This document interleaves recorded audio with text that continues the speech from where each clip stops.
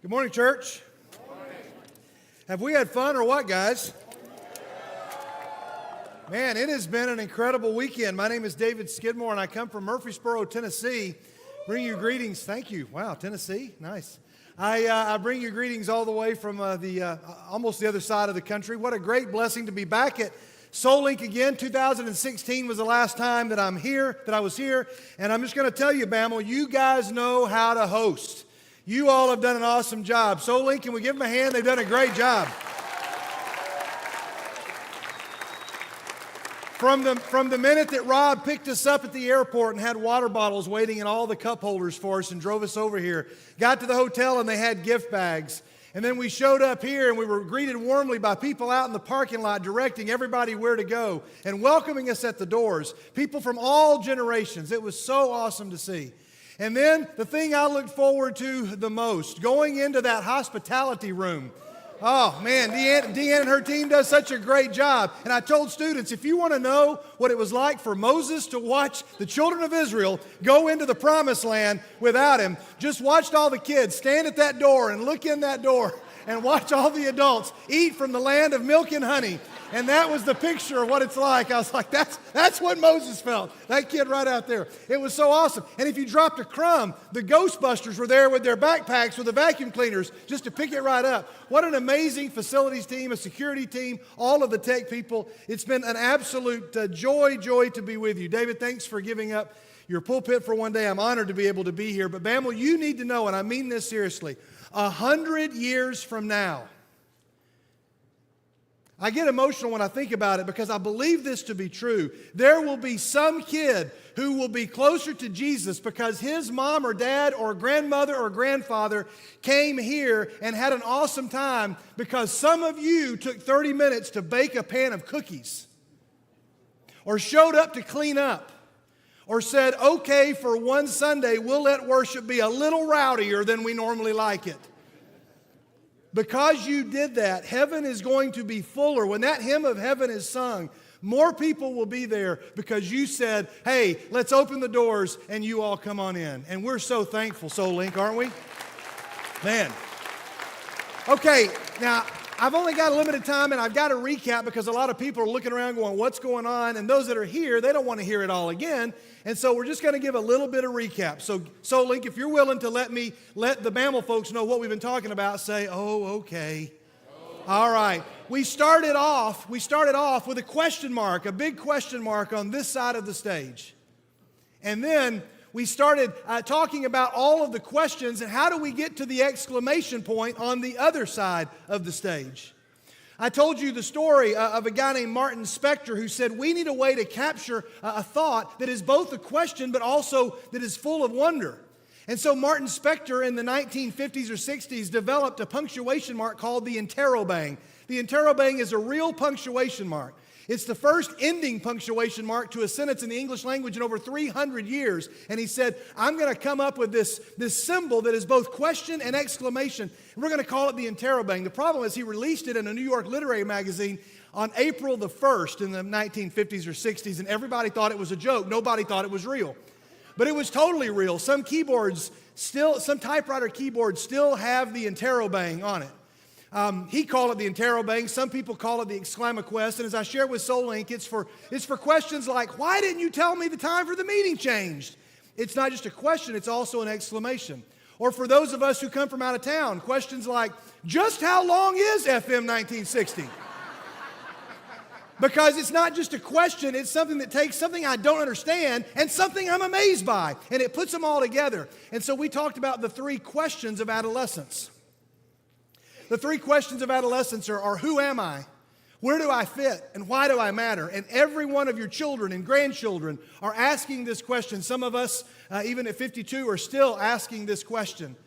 Then we got into our text, but I told our students that anytime you open the Bible, you can try this at your own family devotionals, anytime you open the Bible, anytime God speaks, He is either trying to remind you of who He is or to remind you of who you are to Him, or He's trying to reveal something that He wants to address in your life, or He wants to reveal something that you can do to love or serve somebody else. Any passage, almost any passage of Scripture, you open it up, It's a great devotional idea, students. You can do this on your own. You don't even have to have a teacher or a youth leader to sit down, open it up, and say, what am I being reminded of, and what is God revealing in me? To remind and to reveal. And then we got into our text. Our text from Matthew chapter 5, you are the salt of the earth. But if the salt loses its saltiness, how can it be made salty again? It's no longer good for anything except to be thrown out and trampled underfoot. And you are the light of the world. A town built on a hill can't be hidden. Neither do people light a lamp and put it under a bowl. Instead, they put it on its stand, and it gives light to everyone in the house. In the same way, let your light shine before others, that they may see your good deeds and glorify your Father in heaven. So we looked at this passage, continuing last year's SoulLink, from Matthew chapter 5, the Sermon on the Mount. But we applied it in a pretty unique way, because we began to look at what does it mean to be salt of the earth and the light of the world. And I wanted to put flesh on that, and I wanted to make it into a person. And we had to go all the way back to the Old Testament. When we showed up on Friday night, there was rubble all over the stage. We went back to the Old Testament book of Nehemiah. We said, here's a guy who was brokenhearted by the rubble that he saw in his hometown. Rubble can mean broken fragments resulting from decay or destruction, but rubble is also a confused mass of worthless things. And so we had all of the rubble on the stage. We talked about Nehemiah. Gavin was our own Nehemiah all weekend long. And we said that a prophet, whether you are an Old Testament prophet or whether you are a teenager in 2024, it's not somebody who tells the truth about the future, but a prophet is somebody who tells the truth about the present. A prophet is essentially a person whose heart breaks at the things that break the heart of God. Nehemiah knew the brokenness of his people. He left the comfort of the palace, and he came all the way amidst the rubble and decay. And the first thing he did was he sat and he wept, because he says, I'm not okay with this decay. He then knelt and he prayed for 4 months. Nehemiah prays, and then he goes and he stood and he got to work. And we looked at this, and you see some of the main points all there on the walls, on some of these bricks, as students would come out of the crowd and put these up, and we rebuilt our wall. We watched the wall go all the way from the beginning, and throughout the course of the weekend, the wall continued to be built. And then here's our wall. The wall is built not just as a way of keeping people out, but it's a way of not just protecting us on the inside, but a wall is there to say, God dwells in here, and we take the Word of God seriously. So this is where we've been most of the time, trying to figure out how do we get from the fuzzy question marks of our life all the way to the exclamation point. And last night it was so beautifully demonstrated as Gavin, our Nehemiah, had his Paul, his Barnabas, and his Timothy, somebody that is older than him, his youth minister, and somebody that's a good friend of his in his youth group, and then somebody he's pouring into. And they carried the question mark all the way over where it was embraced by the exclamation point, as if to say, our questions don't go away, but they get absorbed, and we live an interrobang life, a life where we can live with the questions and we can live with the exclamation points. And they get merged together. And we got to see that so beautifully described as Nehemiah, a guy who came from the comforts of the palace to the rubble, models for us what Jesus did. He came from heaven to earth to show the way. And that's kind of where we were over the course of the weekend. But the story of Nehemiah is done. As I told somebody today, I said, Sunday morning, a lot of the kids are gone, so this can't be part 4. So SoulLink, this is not so much part 4 of what you have heard, but this morning, I just want us to kind of quickly look at not only what we talked about, but why we do it, and that's where we're going to invite the church in. And I'm taken back to the very first time that I began to learn these things. I saw these kids running up here. It was one of my fondest SoulLink memories. I was so glad to see that it still happens. All those kids running up at speeds that I thought I was never allowed to run in church that fast. They ran and brought their money, and they took off to their classes, and they're probably going to be greeted by someone very much like I was at their age, Mary Catherine Cunningham. Does she not look like every Sunday school teacher you've ever thought about in your whole life? Mary Catherine Cunningham, she loved us. We showed up to class, and she already had the goldfish put in. We had goldfish then, y'all. They're already there in the cups, and she's got the Kool-Aid set out. She's got all of our notes and our lessons, and we're all ready to go. She was always dressed just so beautifully. What I didn't know at that young age is that Miss Cunningham always wore a wig. I didn't know. I knew what wigs were. I knew that maybe you wore them in a skit or a play or maybe at Halloween when you dressed up. I didn't realize they were real, and one day she sneezed so loud, and her wig came off. I turned my head really quickly because I was convinced I was going to look back to see a woman holding her head in her hands, that her head had fallen off in church, and I thought, this is terrible. I turned back, and she was a little embarrassed, and she laughed, and she left the room, and she came back, and she looked great, and I thought, wow, I learned something today. But I learned so much. I learned so much from Miss Cunningham. She's no longer with us. She's one of the people that I thought about when we sang about the hymn of heaven. She taught me to love God's word where I preached from my bed. Let's just ignore whatever it is I'm smoking there. I have no idea what's going on with that. That was Mr. Potato Head's pipe, if you really must know. And I think it just made me look distinguished. But I would go home and I would start to preach. I still have that Bible somewhere at my house where I would preach. But I would sit in my class. There I am playing with the dollhouse. Let's ignore that as well. But there I am. And I'm sitting in my class, and when our church moved to new buildings, we took most of the furniture, and the building I grew up in looked very different. And then one day they tried to upgrade the furniture, and my mom went and she saw all of the furniture sitting in the hall, and she asked one of the shepherds, what's going on? Oh, we're getting new furniture for our children's ministry. She says, well, what are you going to do with this? Well, we're going to throw it away. And she said, well, can I have one of those chairs? And he said, well, you can have all of them. And she grabbed about 6 of them, those little yellow chairs. That yellow chair sits in my office in Murfreesboro. It's the first thing I see when I walk in my office because it reminds me that's where I sat when I first learned about Jesus. It's the real chair, y'all. That's it. That's it. I sit in that chair every now and then when I talk with children, and it still holds me up, thank goodness. But I sit in that chair, and it was when we would sit in class right across from Miss Cunningham, and she would say, okay, children, I want all the children to take your hands, and I want you to lock your hands like this. Now, let me just pause for just a quick second. I'm just curious. How many in the room already know where we're going? Some of the teens don't, because I learned that teens probably didn't learn this as well. But you know where we're going. She would say, okay, children, here is the church, and here is the steeple. Now, time out. Don't get ahead of me. We're not there yet, because we would make the steeple, and then she would remind us that the steeple, our church had a steeple. And a steeple, it was back in the old days, as I've researched steeples were there on a church to kind of show that it was the church. It was there to make it the highest building in town when towns had buildings that were small. The steeple was high so that the bells or the clock could be heard or seen above all of the other buildings. But primarily the steeple was there to point your gaze upward. So the minute that you walked and approached the building, you were immediately reminded that our gaze is to be pointing up. Everything down here is temporary, but when you walk in this place, we're now thinking about things that are of another kingdom. Now, I couldn't possibly have known that when I sat in that chair. As I thought about steeples, the oldest steeple we know is on this cathedral in France. And when you picture a church, this is what you think about, right? And so Mary Catherine would say, okay, children, here's the church. And then she would say, and here is the steeple. And then we would take our thumbs, and she would say, now open the doors. And I got in trouble because I said, and you have the fortress of solitude. Because that's what it looked like to me, okay, right? You'd open the doors and just like this, there it is. That's where Superman lives. And I knew that even at 3 years old, right?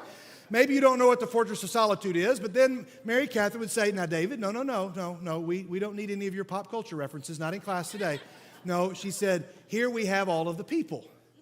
All the people, okay? And then she would say, children, let's get out our worksheet. Remember, children, because C is for church. Again, I'd raise my hand. I would say, I don't think so.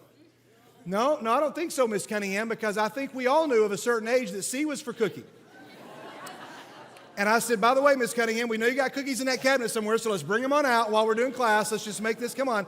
And then I said, we all know that C is for cookie. And this is my mom, y'all, sent me to school picture day looking like this.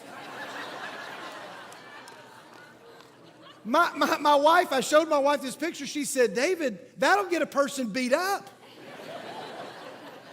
But hey, way to go. I like the cookie. We got Cookie Monster right over here. That's nice. Yeah, there we go. Nice. And so I knew that C stood for cookie. She said, no, children. C stands for church. And then she would quote this verse, but I never knew the context until much later in life. Matthew chapter 16, Jesus goes to Caesarea Philippi. Here's an artist rendering of what it would have looked like. And where Jesus is standing probably is right in front of what we call the Grotto of Pan. You all know the god Pan. He's a god of fertility. And Here is the cave there. A friend of mine, my brother and some friends went to the Holy Lands. They sent this picture. Some of you in the room have been there. One of the places I want to go and see at some point in my life. And they stood right outside of this cave that honored the god Pan. This is probably the only picture of the god Pan that I could show on a screen at a gathering like this, to be honest with you. It's hard to find a picture of Pan that you can show publicly. Because Pan, I know teens, this will come as a surprise to you, but way back then, they lived in a culture in where sex was worshiped as a god. And I know it's hard to imagine because we have come so far from that.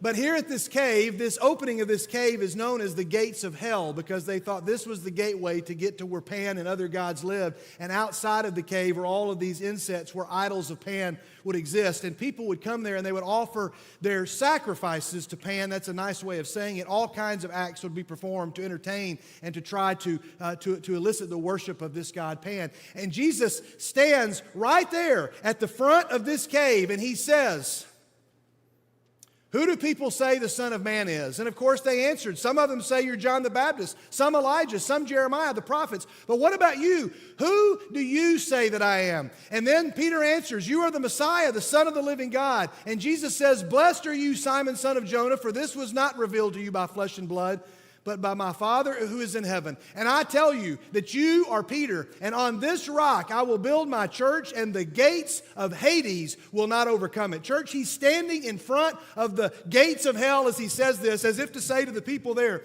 there is nothing that you will get by going that way that's going to surpass what I offer you. And students, he says the same thing, because I know I've worked with students now for 28 years.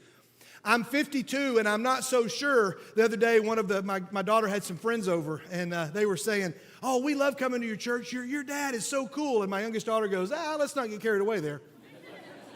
She said, "How about we just say he occasionally connects?" So the line in our house is, I'm no longer cool, but I can occasionally connect. And I know what it's like to be a teenager. And I'll tell you that some of you came this weekend and you are standing in front of the very gates of hell, wondering if what I need to fill the hole in my heart is through that cave. And Jesus says it's not. He says, "I'm going to build my church," not the church with our hand and the church with a steeple. That's wasn't what he was talking about. But Miss Cunningham couldn't have explained all of this to a 3-year-old. I would have had no idea what she was talking about.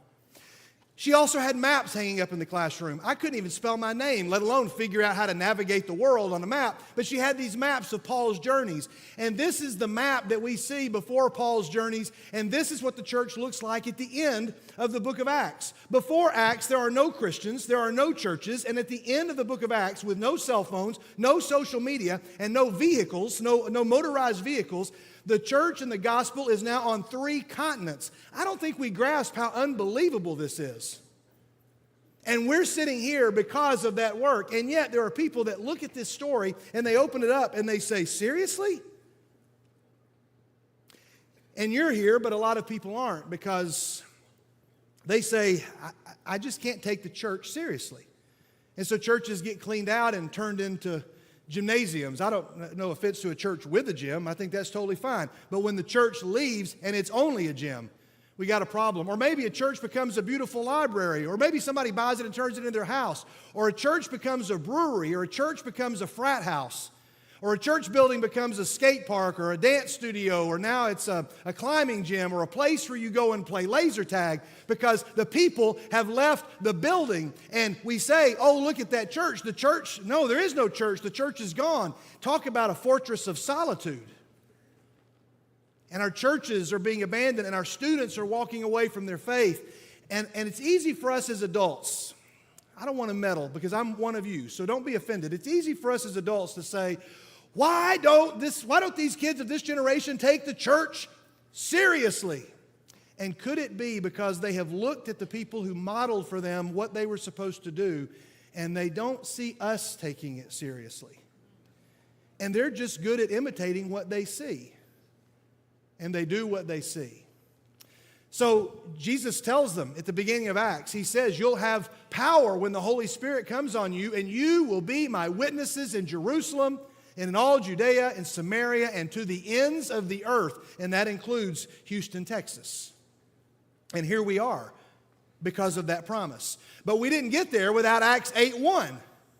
On that day, right after Stephen is martyred, somebody gives up his life because he takes his faith seriously and he's killed. Everybody's scattered. A great persecution breaks out against the church, and all of them except the apostles were scattered throughout Judea and Samaria. Church, you realize what happened? Acts 1:8, Jesus says you're going to end up all over the world. And in Acts 8 verse 1, we end up all over the world.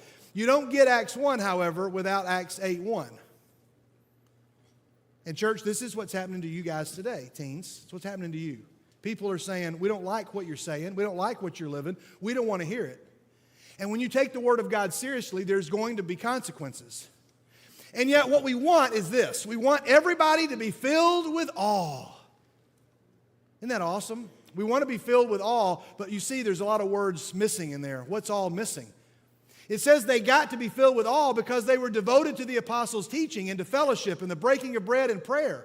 And then all the believers were together and they had everything in common, and they sold their property and their possessions, and they continued to meet together in the temple courts, and they broke bread in their homes, and they had glad and sincere hearts, and they praised God, and they enjoyed the favor of all the people, and the Lord added to their number daily who were being saved. But students say, I can't do that. You notice that the very first people, we find that they were just unschooled, ordinary people who had courage, which just means, guys, they took it seriously. And then everybody around them saw, it says they took note that these men had been with Jesus. Hey, this is your homework, students. Your job is so simple. It is Monday when you go back to school for somebody to say, whoa, something happened to you this weekend. And not because you can't stay awake in class. They're going to say, you have been with Jesus. Like, seriously? You went away for you gave up a whole weekend to go and worship God? You mean you did 3 days of church instead of just an hour on Sunday? Seriously? Jada, I met Jada before. Jada, come on up here. Jada's going to help me with something really quick, Jada. Everybody welcome Jada here this morning. Come on up, Jada. All right, Jada, here I got a challenge for you. I've got this bag of M&Ms right here. It's a 2-pound bag of M&Ms, okay? I'll give you this bag of M&Ms. It's yours. I'll give you that bag, or I'm going to give you one M&M. Give you one. You like this deal so far? There's a choice. You get this bag, you get one, and then tomorrow, I'm going to double that, and I'll give you 2 M&Ms, okay? And then the next day, I'm going to give you, we got 4 M&Ms, and we're going to do this for 14 days, okay? 14 days. That's 2 weeks. Or, right now, I'll give you this bag and you can leave and go home, okay? Which one do you think is a better deal? Double it every day. Okay, why is that? Because you get more in that week than you were getting that. Okay, now for those of you that can't hear, she said, I think I'm going to go with this. I'll go with this plan because I think I'm going to get more if I double it. Now, I didn't know what you were going to say, Jada. Either answer was fine. But if she were to take this deal where she gets 2 here, and then she gets 4 tomorrow, and then she gets 8 the next day, she gets 16 the next day, and we're going to do that, we know that here, just right here on day 5, you're going to get 32 M&Ms. Now we're not quite halfway into it, Jada, but I just want you to hold this. We're in day 5, and you now have 32 M&Ms, and of course the next day you're going to get 64, and then on day 14 you have 2 to the 14th. Okay. That's I don't know, you're probably better at math than I am, to be honest with you. I don't doubt that you are. But you have 2 to the 14th power M&Ms. Let's find out how many M&Ms that is. As we start adding this up, here's our simple chart of how many you're going to get. And on day 14, I'm going to give you 16,384 M&Ms. But we got to add that to all the other M&Ms you've gotten because it's a total now.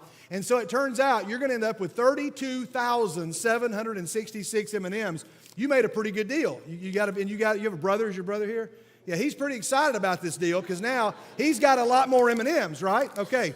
Now, Jada, I want to describe this to you one other way, okay? Oh, I'm going to back up here. Sorry. I want to back up there. There we go. Jada, I've got a piece of paper right here. And we're going to take this sheet of paper right there. And then tomorrow, I'm going to add a piece of 2. I'm going to stack it right just like that, okay? And now you have 2. The next day, I'm going to take 4 sheets of paper. And we're just going to put 4 sheets of paper right there. We're going to make that stack, okay? And we're going to do this 100 times, okay? You follow me, Jada? 100 times we're going to do this every day, just like the stack that you have here right there in your hands. There you go, okay?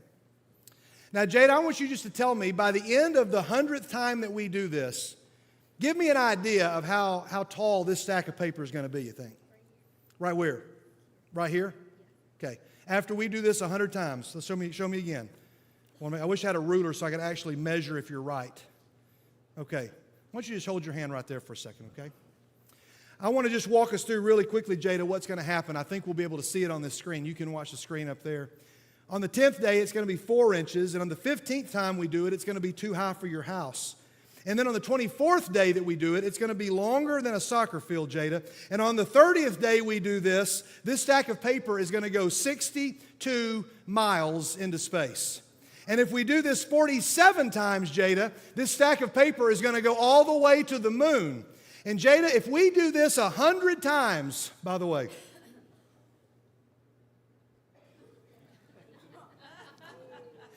if we do this 100 times, Jada, you can put your hand down.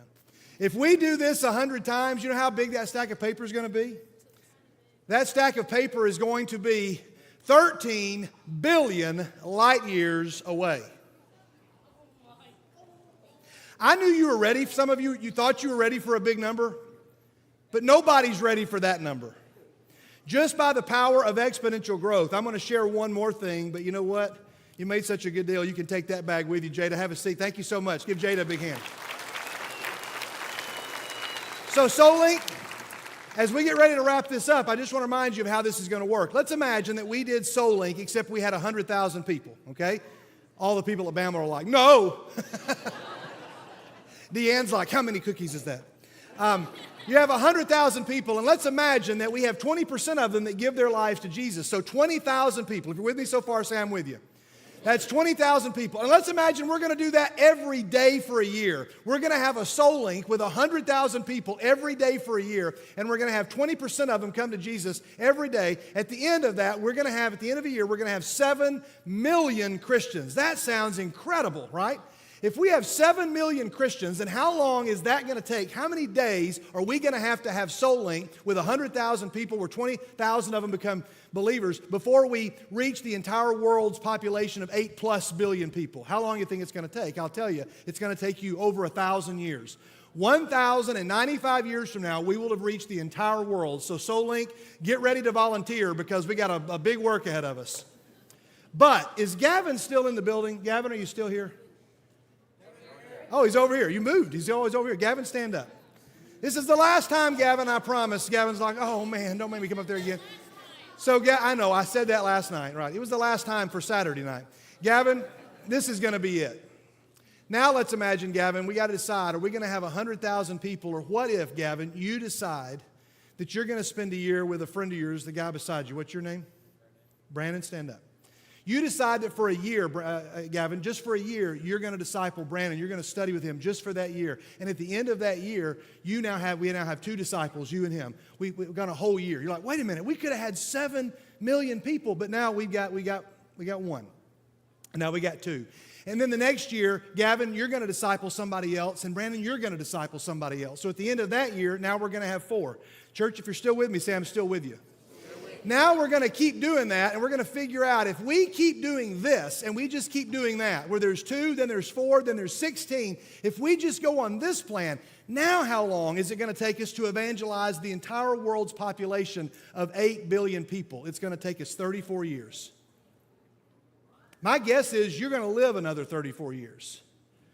I don't know that I've got another 34 years, but I know that it's possible. If you follow a simple plan that I didn't come up with. But if we take this plan seriously, it's all right there. You guys can have a seat. The entire world could be discipled within 1 generation, and that generation is sitting right here. And if everybody just says, I'm going to take 1 disciple. So the question, SoulLink, is very simple. Who is your 1? But Gavin, let me tell you, when you go and you start meeting with your friends, and then Brandon the next year goes and meets with some of his friends, and you tell them about the resurrection of the dead, what's going to happen is what happened in Acts 17. It says that some of them sneered, but others said, we want to hear you again on this subject. And then some of the people became believers. They followed Paul and they believed. That's it, SoulLink. That's what's going to happen. I can tell you like, oh, I don't know if I'm going to share my faith. I don't know what's going to happen. I'll tell you exactly what's going to happen. Some people are going to sneer. Some people are going to say, I want to know more. And some people are going to believe. That's it. It's one of those three choices. That's what's going to happen. That's what's going to happen when you take your faith seriously. So we have to understand, though, no offense to Mary Catherine Cunningham. I knew what she meant when she did this with our hands, but the church is not a building. And the church is not an hour. We've got to get that concept out of our minds. You guys have an incredible facility, and you have an incredible worship team, and an incredible worship opportunity, and an awesome staff. But the church is not a building, and the church is not an hour. I told the students last night, I grew up thinking that this is what worship was. It was all right there in our church bulletin, and there was when it happened. The church is not a place. It's not an order. It's not an hour. I gave this definition of worship last night. One opportunity, one more for you to take a picture of. It's not my definition. It's three that I put together. It's a very simple definition. Worship is a conviction that shapes all of life's choices so as to declare to everyone who might be aware that God is our ultimate good and what He gives us matters more than anything we might define as essential for a meaningful life. In other words, church, worship happens every time we act differently because of what God has done for us. And so I'm going to leave you, SoulLink, with two word pictures, really simple, to describe what I think the church is. And this is an assignment for all of us, but for a second, Bamela, if I'm just going to speak to my friends here that have been with us all weekend, you can certainly eavesdrop in.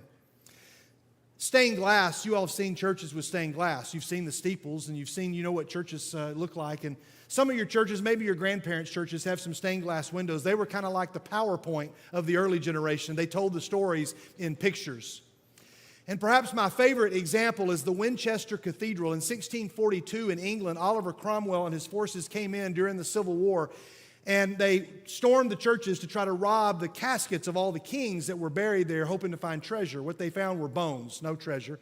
They got so furious, they took those bones and they threw them at the windows to destroy the windows of this cathedral, including the west window, the beautiful west window, which was a massive, massive stained glass window that told the story of the gospel. The people were so brokenhearted, they gathered up all of the pieces of that window and they put them in boxes and they kept them under their beds for 20 years because they thought one day the king will be restored to his throne. And when the monarchy is restored, we're going to be able to put these back in their place. And they did. 20 years later, the monarchy was restored and they gathered all the pieces and realized we can't put them back together.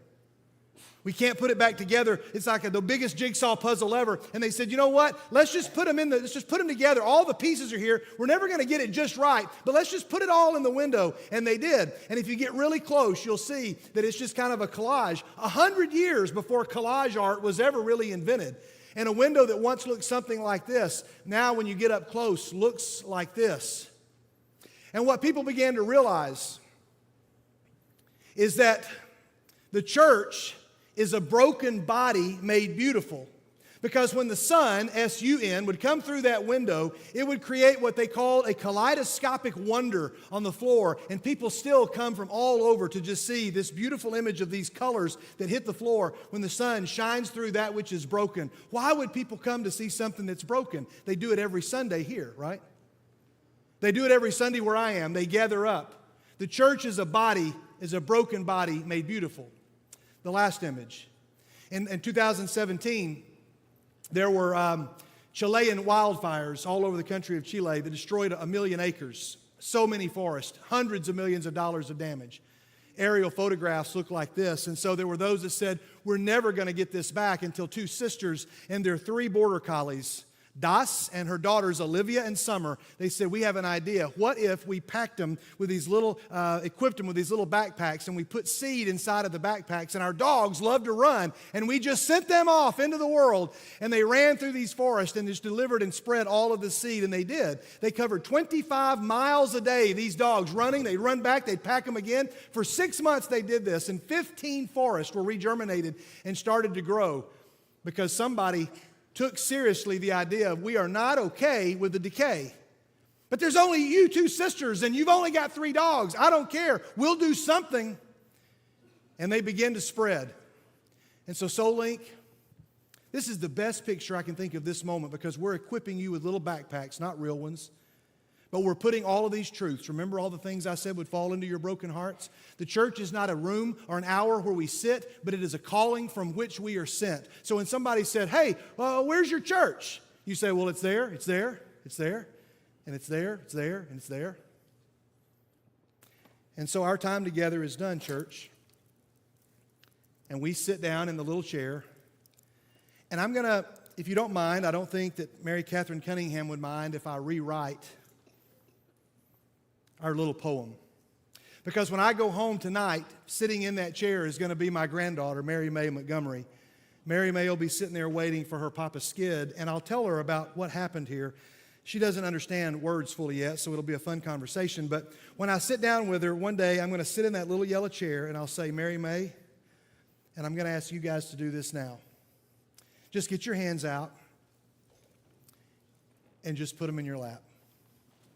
Because you are the church. And your life is the steeple. So go out those doors and tell all the people. God bless you.